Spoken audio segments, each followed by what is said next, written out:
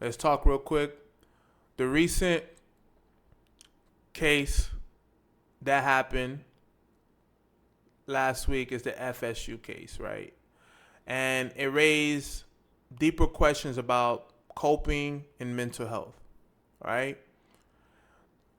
I asked, how do people manage intrusive thoughts, shame, and anxiety, especially when no one sees it, right? And I'm asking this question because that have been the problem to people's situation is how do we cope, right?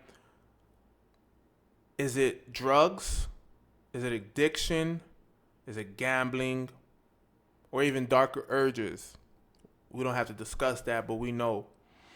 And these addictions, these coping is more like a window to allow the person seeing that this person has actually had something happen to them. And sometimes it doesn't have to be traumatic, but it's something, right? Of what they've seen, how their environment was, what they grew up in, or are they following the footsteps of a certain individual, or if it's a learned behavior. And I'm saying coping because this FSU case, this person went to the school campus, pull out a gun, and shoot.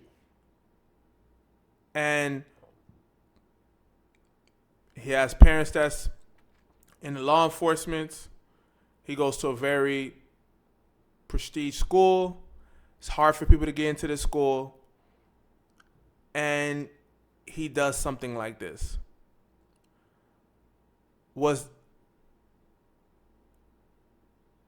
And he's been training with other law enforcement, and so he's training. And was this part of the plan? Was it more intrusive? Was it undiscovered? Did he have an intrusive thought? Or was this person happy? And I think a lot of people try to mask their happiness by doing overcompensating for things like doing good in school, trying to join these programs, probably him joining the law enforcement to probably make his mom happy, try to get some sense of happiness. And then you realize this person is not happy, right? And a lot of people do that. Sometimes people do things for others and they don't ever do things for themselves, and they lack happiness. And then you have these people that mask it well, but inside they're spiraling like every day. And why I say mental health is very important, because you never know what someone is going through. It may look good from the outside, like, oh man, they got it together, man. They going to the gym, man. They drive nice cars. But we see this in Hollywood too. Yeah, he may have went to FSU and shoot, but it's damn near same as someone taking their lives, right? And it asks a deeper question, like, what has this guy gone through? Now he's probably feeling ashamed because he has to live with that. Also, he has to live with what he's been living with pretty much his whole life. I guarantee you, he has a session. He will feel bad about this. He should. But he is going to also speak about other situations that happened in his life that people didn't get. They probably say it's all in your head. And we hear this all the time.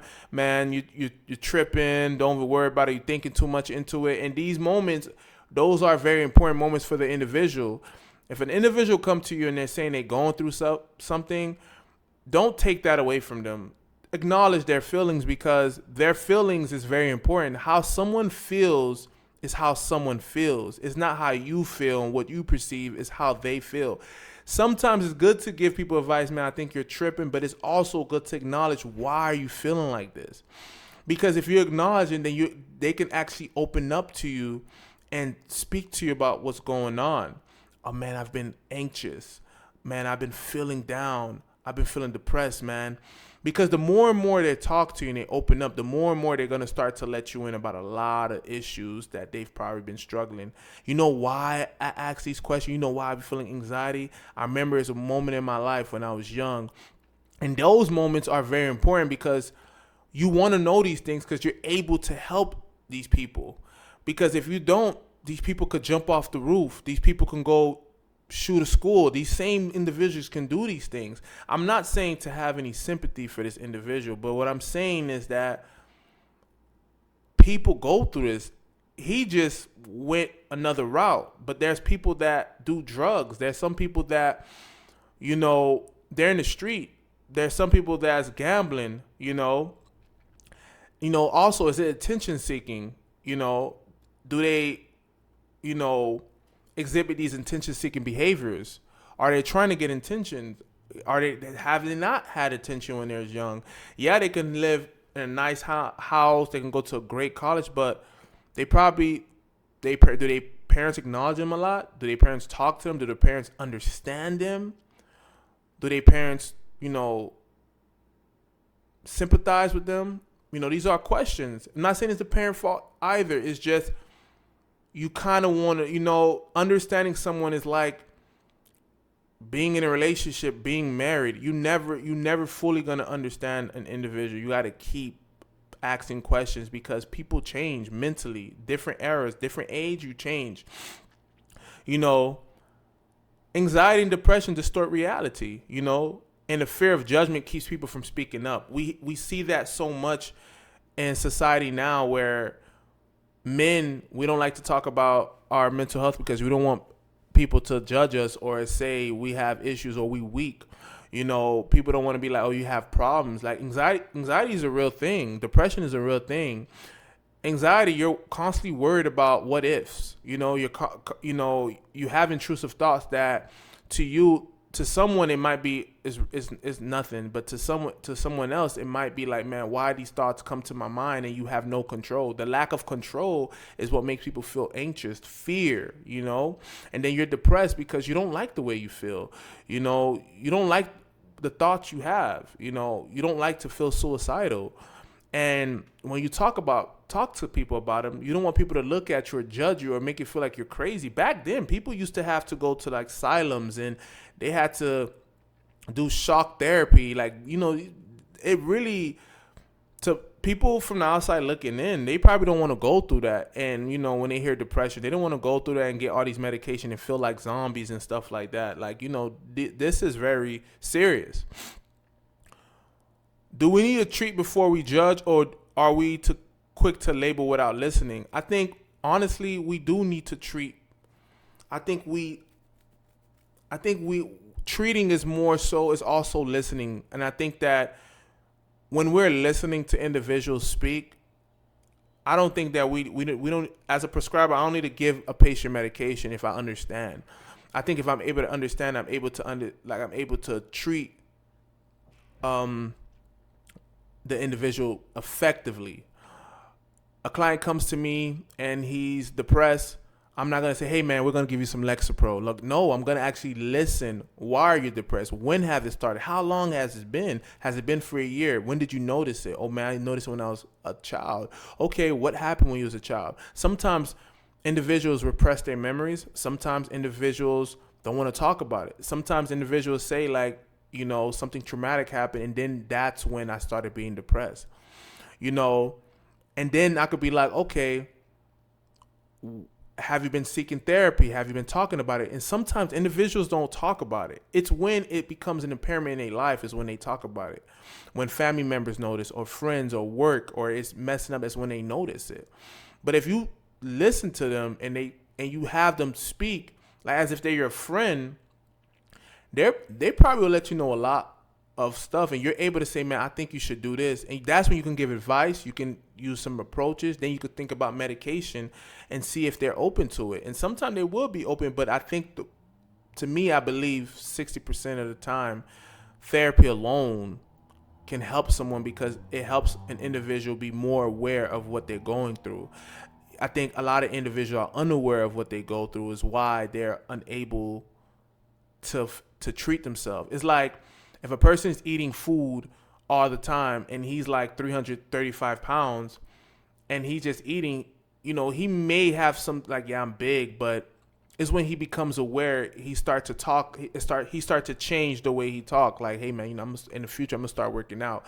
I'm noticing, because he's becoming aware. And I think what we want to get our clients and people that go through mental health is to become more aware of their problems, not close it, is to become aware. So that way, as providers, we can help you. So how we do that is to not just ask questions and sound like a damn robot, but talk to them as if you would talk to your best friends, your brothers. You want to understand your client whole. It takes multiple sessions to get to that point, but when you do, clients they're able to open up to you about a lot of things, and that's when you can have a very therapeutic alliance with them, and you're able to establish a great effective treatment. Like I said, man, drop your thoughts. Let me know what you think. Again, I pay respects, and it's a sad case. We had some people that died, and this is not a great thing, to lose someone, and also people that have to go through the injuries. And we got to also think about them. These individuals, I don't want to worry about the other guy, but these individuals, they got to live through this. Like, this is traumatic for them. This is now how are they going to cope about this situation? Who are going to be there for them? And yeah, we can focus on what happened, who did it, but what about the individuals? These individuals got to live with that for the rest of their life. They're not happy. Like, they could have died. Now they have an injury that, they got to remember for the rest of their lives. And that's this part of the era. But, God is going to do what he do. And he's gonna give them a breakthrough, and they're gonna succeed. But let's focus on the individuals that they have to live through this, because they matter. Not the person that did it. They matter. They survived. They got a chance to live, but they need to be heard. They need to speak if they want to. But we need to help them, So let me know what you guys think, man. Thank you.